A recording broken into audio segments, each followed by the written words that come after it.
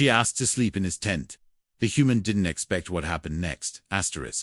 Snow fell hard across the empty plains of the frozen world, and the wind howled like a hungry beast across the hills as Jake sat inside his small tent wrapped in a blanket, with his blaster close and a tiny heater glowing beside him, keeping the chill at bay. But not fully. He checked the scanner again, and saw nothing moving out there. Just static and cold shadows, and the faint hum of the nearby wreck he had been sent to investigate last week, now half buried under ice and silence. Jake leaned back and closed his eyes, trying to relax, but something felt off, like the night was watching him breathing with something alive. Just out of sight, and then came a sound, soft at first like fabric against snow, then closer like footsteps crunching slow and careful just outside his tent. His eyes opened fast, and he reached for his blaster, holding it tight as his breath caught in his throat, and the sound stopped right outside the flap. Then came a voice, soft, shaking, unsure and strange, in accent. "Please, human," it said. "I am cold. May I come inside just for the night?" Jake froze and listened, heart pounding, his mind racing. He had not seen anyone for days, and this voice, who was not human, too soft, too musical, too tired. "Who are you?" he asked, without opening the flap, and the voice answered again. "Just cold, just need warmth, not harm you, I promise."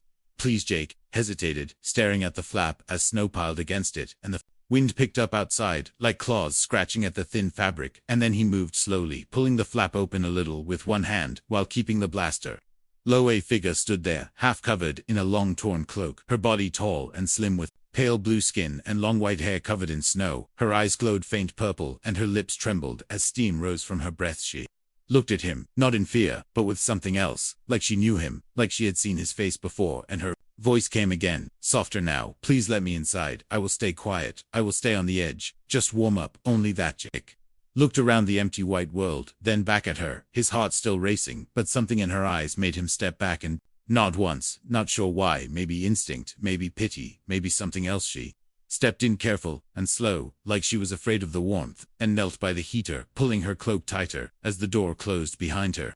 And the wind screamed again outside, like it was angry. She got away. Jake sat across from her, not speaking yet, watching her, watching every move. Her skin shimmered faintly in the heater's glow, and her hands shook as she held them near the warmth, but she never looked weak, her posture straight, her back firm, like she had known war and pain. "What's your name?" he asked after a long silence, and she looked at him, eyes glowing again, and said, "I do not have one in your tongue, but you may call me Ilari, if you wish."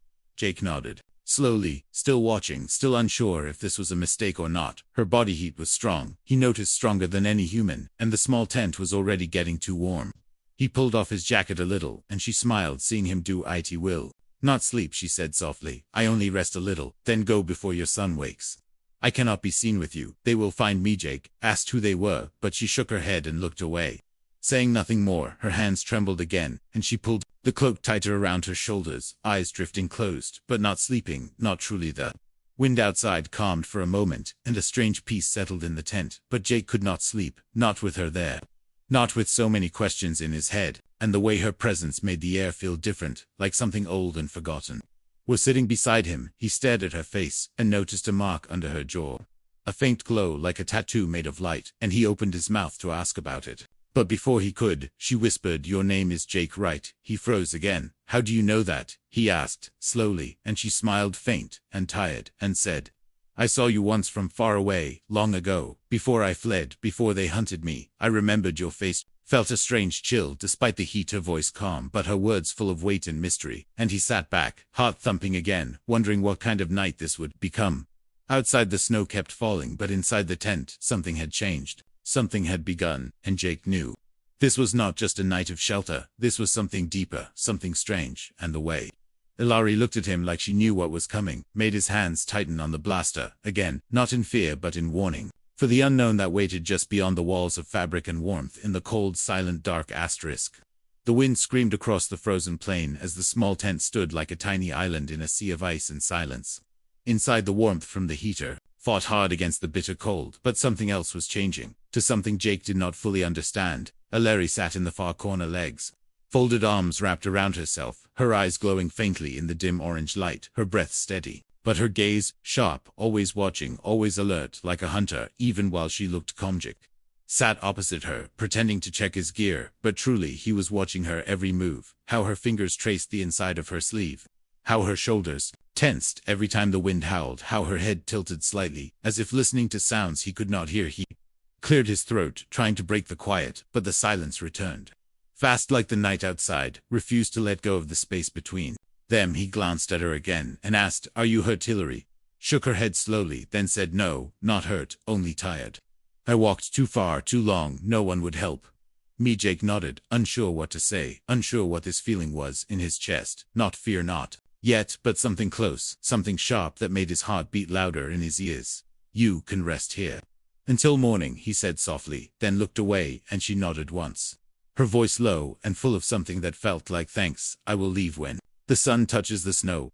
The heater clicked and hummed, and the tent grew warmer, but so did the space around Ellery. Her body seemed to glow gently, like heat was rising off her skin like a living fire, hidden in blue and silver. Jake wiped sweat from his brow, confused. The tent was small, but not that warm, not before, not like this, and he noticed the air shimmer slightly near her like waves of heat.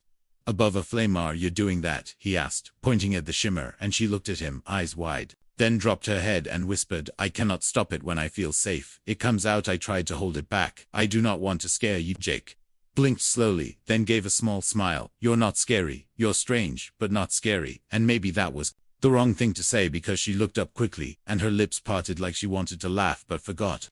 "How no one calls me strange in a kind way," she said softly. "Most just say I am wrong, or broken, or dangerous." He leaned back against the wall of the tent, still sweating, but not moving, not wanting to make her feel unwelcome. He said, "You don't seem broken to me. Just lost, maybe just hiding, like I am." Millard tilted her head again and stared at him for a long moment, then whispered, "You hide in plain sight, human with your words and your calm face, but your heart beats louder than your voice. You carry sadness like a cloak." Jake didn't answer. He just looked down at his boots, then at the frost creeping near the edge of the tent floor. The wind outside kept howling, but the warmth inside pressed close, heavy and soft, like a thick blanket. "I am going to sleep," he said, after a while, trying to end the strange moment, and she nodded, closing her eyes but not laying down, her body still alert, like she had never known what sleep really meant. He turned off the main light, leaving only a small glow near the heater, and lay down facing the tent wall, but he could still feel her heat behind him, strong and steady like a heartbeat in the air. Minutes passed, then more, and just as his mind began to drift, he heard her voice again, soft and near to near. "May I come closer?" she asked. "I can stay on my side, I promise. It is just too hot near the wall, and too cold over here." Jake turned and saw her sitting up, her eyes glowing in the dark, her hands open, her face unsure, like she feared the answer. He nodded once and moved slightly. She crawled over and laid beside him, not touching, not too close, just near enough that he could feel her warmth spread even more. They said nothing else that night, but Jake could not sleep, not really. His eyes stayed half open, and his thoughts spun in strange circles around a strange girl from the snow who made his tent feel like fire, and his heart feel like it might melt outside. The wind screamed, and inside two souls lay, quiet, close, and full of silence that spoke more than words ever could. The tent shook like a leaf in the wind, and Jake reached for his blaster while the alien girl, Ilari, pressed herself flat to the floor, her wide eyes glowing in fear, as she whispered the same words again and again. "They are coming, they are coming. They smell me." Jake crawled to the flap and peeked outside. His breath caught in his throat when he saw the shapes moving in the snow, not like men, not like any animal he had seen before. They were huge, dark and twisted, with long limbs and jaws that split wide, glowing red eyes, staring into the dark. He counted 3, no, 4 of them, stalking slowly between the rocks around the tent, sniffing the air like wolves hunting something warm. In a world of ice, their growls low and deep like thunder rumbling in a cave. Jake turned to Ilari and whispered, "What are they?" And she shook her head fast. "No words. Just panic." Then said one thing in a voice full of sorrow, "The old ones, the broken ones. They were made to hunt things like me." Jake had no time to ask more, because one of the creatures turned its head fast and took a step toward the tent, its nostrils flaring, its breath steaming as it sniffed again and again, then let out a shriek so loud Jake's ears rang, and his hand tightened on the blaster chute. "And we both die," Ilari said suddenly, her voice clear and sharp, not from the sound but from what will follow. "They will call more. They will never stop. Just wait, hold still, trust me, please, trust me." Jake stared at her, his finger still on the trigger, his whole body ready to fight or flee, but something in her voice, something in the way she looked at him, with those glowing eyes, made him stop. She crawled closer and placed her hand on his chest, her palm warm, almost burning, and said softly, "Close Your eyes and do not speak, no matter what happens, just feel. Before he could ask what she meant, a strange warmth spread through his chest from where her hand touched him. It moved like slow fire down his arms and legs, filling his lungs and making the air feel thick and heavy, like he was underwater and breathing stars outside. The tent, the growling stopped. The air went still. The creatures sniffed again, but their heads turned away. One by one they backed off, not fast, not afraid, just confused. Then slowly they began to leave, disappearing into the snow like shadows swallowed by the dark. Jake stayed still, his eyes closed, his breath deep and slow, until Elari pulled her hand back and let out a long shaky breath, her face pale, her body weak, as if something had drained her strength in one heartbeat. "What did you do?" he asked, voice hoarse, as he helped her sit up, and she gave a weak smile. "A trick from long ago, something old, something I should not use, but I could not let them take you. You risked yourself for me," he said, still not sure what just happened, and she nodded, barely able to speak. "They would have torn you apart." "I could not let that happen." "Not again," he asked, but she shook her head and looked away, staring at the wall of the tent, as if seeing something far beyond the fabric, something from her past that haunted her.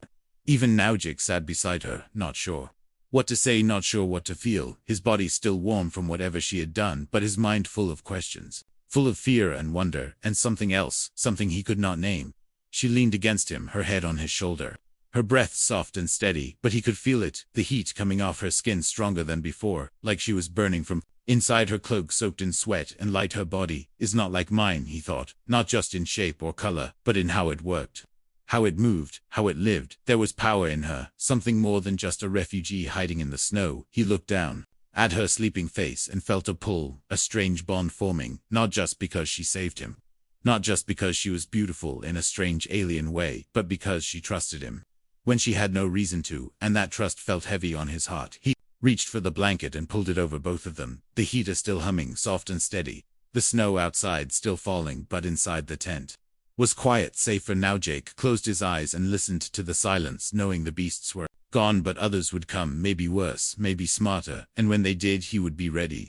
This time not alone, not just a man in a tent, but someone with a reason to fight. Because whatever Elari was, whatever secrets she carried, they were his now, too, and the storm outside was only the beginning. The morning light slipped through the fabric of the tent like silver mist, quiet and soft, but Jake felt cold, even with the heater still running. His arms stretched out, but the space beside him was empty. The warmth was gone, and Elari was not there. He sat up, fast heart-racing eyes, scanning the tent, then pushed through the flap and stepped outside into the snow that still fell slow and quiet, like the world was holding its breath. Her footprints led away from the tent, light and graceful, but easy to follow in the soft snow.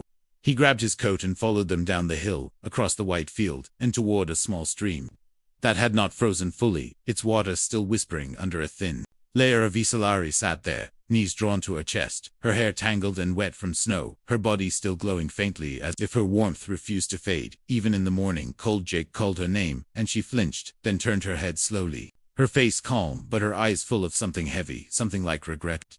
"Why did you leave?" he asked, stepping closer, and she looked down at the ice, saying nothing at first, just letting the silence stretch between them. "I did not want to wait for you to send me away," she said softly, her voice almost lost in the wind. "I thought it would be easier to go before that happened." Jake frowned. "I wasn't going to send you away, not after last night, not after everything." And she finally looked up, her eyes locking with his. "You should," she said. "I am not safe to be near. I am not what you think I am, and soon, others will come for me, and they will not care who stands in their way." Jake shook his head. "I don't care what you are. You saved me, you warned me, you didn't have to do any." Elari stood, slowly, her cloak dragging in the snow, her glow a little brighter now, like her emotions were rising like fire beneath her skin, and she stepped toward him, stopping just a few feet away. "You keep calling me a girl," she said, "but I am not just that. I was created, not born, not in the way your kind understands. I was shaped for something else, something darker, something I no longer want to be." Jake stood still, watching her carefully, not sure what to say, not sure what she meant, and she raised one hand, pulling back her hair to reveal a mark behind her ear, a deep glowing line that pulsed slowly with light, like a living circuit etched into her skin. "This mark means I was a weapon," she said, "a tool built by the Zalari Empire to hunt, to track, to kill with speed and fire and silence, and I did it well, until I ran, until I could not take the voices anymore." Jake stepped closer without thinking, his hand reaching out slowly, stopping just short of her arm, not wanting to startle her, not wanting to break this moment. "Why tell me this now?" he asked, and Dalari looked away, "Because I felt something in that tent, something I had not felt in a long time. I felt safe, and I wanted to believe it could last, even just one night, but it won't last," she added softly. "They are already looking for me. They always find their lost toys, and when they do, they destroy anything near them to keep their secrets." Buried in snow, and Ashjik clenched his fists, then relaxed them, then clenched them again, his thoughts spinning like a storm. "If you're in danger, then we'll face it together. I'm not leaving you here to die." Lari gave him a long look, her expression unreadable, her eyes glowing brighter, now like twin moons, caught between fear and hope, and she asked, "Why would you fight for me? You don't even know what I am." Jake shrugged. "Because I don't care what you are. I care about what you did last night. I care that you didn't run when the beasts came. I care that you stayed, even when you could have left me to freeze." She looked at him for a long time, then slowly reached out and took his hand, her fingers warm, her touch gentle, and said, "Then you need to know this: when they find me, they will not ask questions, they will not give warnings, and they will not show mercy. Then we better be ready." Jake said, gripping her hand tighter, and feeling something spark between them, not heat, not light, but something stronger, not just a weapon, and not just a soldier, and not just a girl, but something more, something real. And for the first time he saw her not as a stranger from the stars, but as someone who chose to live her own way, even if it meant running through endless snow. And Jake knew now he would run with her if he had to, he would fight for her if he must, because something had changed in him, too, and whatever was coming next, they would face it together. The wind stopped all at once, like the world had paused to hold its breath, and Jake knew before he heard the sound that something had changed. The snow no longer fell soft, but seemed to freeze midair, and Lari went still, her eyes glowing bright with fear and fire. "They found me," she whispered, her voice sharp and clear, like a blade through ice, and Jake looked to the sky, just in time to see a dark shape break through the clouds, sleek and silent, a Zalari hunter ship, moving like a shadow across the wind. Lari turned fast, grabbing his arm and pulling him back toward the tent, her steps light, her body tense, every motion full of speed and purpose. But Jake could barely move, barely think, his mind spinning with questions and warnings, and too many unknowns. The ship circled once, then descended near the edge of the ridge, not far from where they stood, a cold hum filling the air as the snow around it melted from the heat of its engines. Dark figures stepped out, moving in perfect silence, weapons in hand, armored dark and sharp, like obsidian Bladashalari.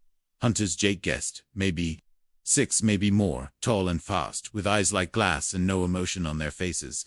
They spread out quickly, forming a line as one of them stepped forward, taller than the rest, with markings etched deep into his armor, and his voice loud and full of commandery. "Turn to us, Ellery. Your time among the beasts is over. Your disobedience ends now." Ellery stood tall beside Jake, her voice steady but her hands shaking. "I chose my path, I chose him. I do not belong to you anymore." The Zalari leader raised his weapon slowly, his voice colder than the snow around them. "Then you have chosen death and the human beside. You will die first. His blood will wash your shame from our code." Jake stepped forward, his blaster raised, his heart pounding, but his voice steady. "She does not belong to you, not anymore, and if you want her, you have to go through me." The Zalari warriors did not laugh, they did not speak, they simply raised their weapons and began to close the gap between them, steps slow and measured, like a dance rehearsed 1,000 times before. Jake fired the first shot, his bolt hitting one of them square in the chest, but the armor absorbed most of the blast, and the warrior only stumbled back, before continuing forward faster now, with deadly precision. Ellery moved like wind and lightning, her hands glowing with light, her body spinning, as she struck 2 warriors with bursts of energy that knocked them into the snow, their armor sparking, their limbs twitching. But more came from the ship, another squad, faster, stronger, and with heavier weapons. They moved in a line toward Jake and Ellery like wolves closing in on cornered prey. "We can't win this," Jake said through clenched teeth, and Ellery turned to him, her face pale, her eyes burning. "Then run." "I will hold them off." "No," Jake said, "not again. I won't leave you." And she looked at him with something deep, something raw and ancient, then took his hand and placed it on her chest where her heart beat fast, like thunder. "Then hear me now," she said, voice full of power and truth. "By my blood, and by my bond, I name you chosen. You are not just my shield, you are my equal, and they will fear you."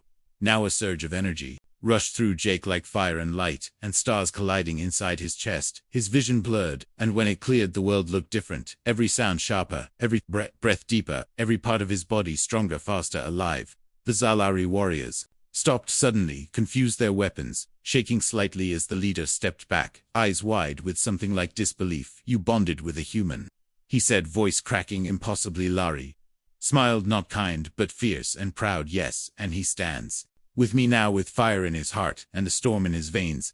Jake raised his blaster again, but now it glowed with blue light. His hands steady, his feet firm as the snow around him melted from the heat of the bond. His voice low and clear, "Leave or face what you created." The Zalari looked at each other, then back at the leader, who stood silent for a moment, then raised his hand and shouted, "Destroy them!"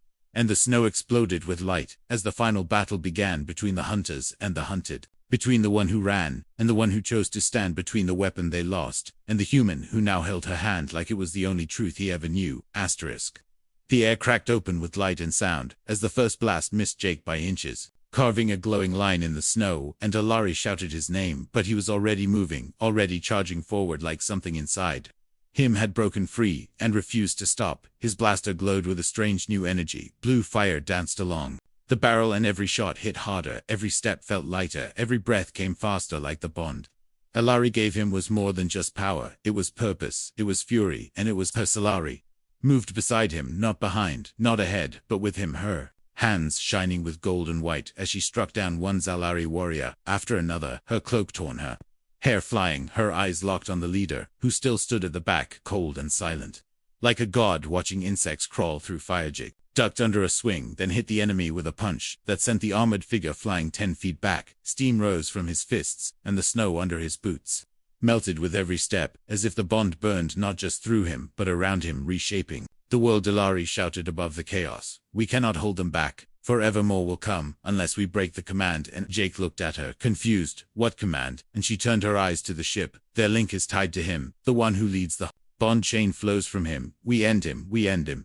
Jake nodded once, then charged forward, cutting through to more enemies, as the Lari spun behind him, sending arcs of burning light into the air, each beam striking with the precision of someone who had trained for war, but now fought for freedom, not orders, not code, not death. As a Lari leader stepped forward, finally, his own weapon hissing with heat, a long blade made of plasma and crystal, his armor shimmering with every step he took, and his voice rose above the wind and the fire. "Traitor," he shouted, "you disgrace the code you bond with." The Lari S voice came back strong and fearless. "Then let the code burn. I am no longer yours, and I choose what I protect." The leader leapt toward them, blade raised. Jake met him in midair. Their weapons clashed, sending out a shockwave that threw the others off balance. Snow rose in a wide ring round them like a frozen storm broken free. They fought in silence, blow for blow, neither giving ground, but something in Jake had changed. He was not just reacting, he was reading every move, like he knew the strikes before they came, like Illyria's energy lived in his mind, showing him the rhythm of battle. The leader struck low, then high, then twisted, but Jake caught the blade with his bare hand, and the heat seared his skin, but he did not let go. Instead, he pulled the weapon away and slammed his fist into the warrior's chest, so hard, the armor cracked, and the light inside flickered. The Zalari leader stumbled, and Jake stood over him, eyes burning with blue fire, his breath slow and steady, and he said, "Your control ends here." But the leader raised his hand to trigger something on his wrist, and Ellery moved fast, diving between them, her hand glowing with white fire as she pressed her palm to his chest and whispered a word in her own tongue. The light from her hand spread through the leader's body, and he screamed as his armor melted into the snow. His weapon dropped, and the signal died. The bond chain snapped in an instant, and every Zalari warrior around them fell to their knees, weapons offline, eyes blank, their minds free. "But lost it is done," Ilari said, falling to her knees as well, her body shaking, the energy fading, her glow dimming. "The bond cost me too much. I burned too deep." Jake caught her in his arms, holding her tight, her body hot like fire but fading like a dying star, and he whispered, "Stay with me, stay right here, you're not done yet." She looked up at him, eyes barely open, and said softly, "I did not bond with you to fight. I bonded because I saw something human, I saw something worth holding on to." And Jake held her close, feeling the snow melt around them. The silence returned, the fire between them still burning even as the world calmed and the sky above cleared for the first time in days. He kissed her forehead and said then, "You hold on, because I'm not letting go, not now, not ever." And the light in her eyes flickered but stayed strong enough to see him smile. Jake sat on the cold ground holding Ilari in his arms as her breath slowed, but did not stop, her skin warm against his chest, her heartbeat weak but steady, like an ember refusing to die, and the battlefield around them was silent now. The snow still falling but softer, more gentle, like the world itself had shifted. The Zalari warriors who had not fled stood still, their weapons lowered, their eyes uncertain, like a spell had broken, like the code they once obeyed had vanished with the death of their leader, and they were no longer machines, but people, confused and cold and free. One stepped forward, a younger one, with silver eyes and no helmet. He looked at Ilari, then at Jake, and said in a quiet voice, "She is alive because of you. She is free because she chose you. That has never happened before, not with a human, not with anyone." Jake did not answer, he only held her tighter, brushing snow from her face. Her eyes blinked open slowly, and she whispered something he almost missed. "I feel strange. Like I am no longer only Mew." "Or not," he said softly. "The bond changed both of us. I feel it too. I see things I never saw before, and when I move, I feel your thoughts, your fears, your strength, like you live inside." Milari smiled weakly, then closed her eyes again, but not from pain this time, more like peace, more like rest, like she had finally stopped running, and her voice came again, low but sure. "I dreamed of being more than a weapon. I dreamed of being wanted for who I am, not for what I can do, and now you gave me that." Jake looked around at the empty sky, the broken ship, the stunned warriors, and felt something deep rise inside him, not victory, not pride, something quieter, something stronger, like purpose, like he was no longer just a scout or a survivor, but something new, something chosen. "We cannot stay here," he said. "We cannot go back either. They will come, the ones above them, the ones who made this code and built these chains. They will want answers. They will send more. Then we run again," Ilari said, "or we fly far from their reach. If the bond changed you, then maybe you can fly the ship. Maybe you can control it." Now Jake helped her stand, and together they walked to the Zalari vessel, its dark metal hull no longer humming with threat, but waiting like a sleeping beast, and the door opened for them without command, as if it sensed the change, as if it now obeyed. New hands inside, the controls lit up at Jake's touchlines of alien script shifting into patterns he somehow understood. Not with logic, but with feeling, like Illyri's knowledge was flowing through him like water through stone, shaping him into something more. She sat beside him, her head resting on his shoulder, her body still weak, but her eyes bright again, and she said quietly, "The others will feel it. The Zalari who still live, they will know the chain is broken. They will feel the bond ripple through their network, and they will fear what we are then. Let them fear," he said, not in anger, but in truth, "because we did not break anything, we did not destroy, we chose each other, and that choice is stronger than any code." The ship lifted off slowly, then rose into the clouds, the engines burning soft blue, the sky opening above them, and the stars stretching wide, like a path waiting to be walked. Jake looked out the window at the world below, shrinking smaller and smaller, and he thought of the tent in the snow. The first night, the shaking wind, the girl who just wanted warmth, the hand that touched his heart and changed everything. He smiled and looked at Ilari, who was already watching him, and her voice came like a whisper across the space between them. "That tent was more than shelter. It was a beginning, and I think you knew it even then." "Maybe I did," he said. "Maybe I just needed someone to open the flap and step inside." They flew on past the frozen clouds, past the edge of what was known toward a place without chains, without commands, without fear, where a weapon became a woman, and a scout became a shield, and together they became something no one expected. Not a soldier, not a savior, not a monster, not a machine, but two souls who chose warmth in a world of ice, and never looked back again.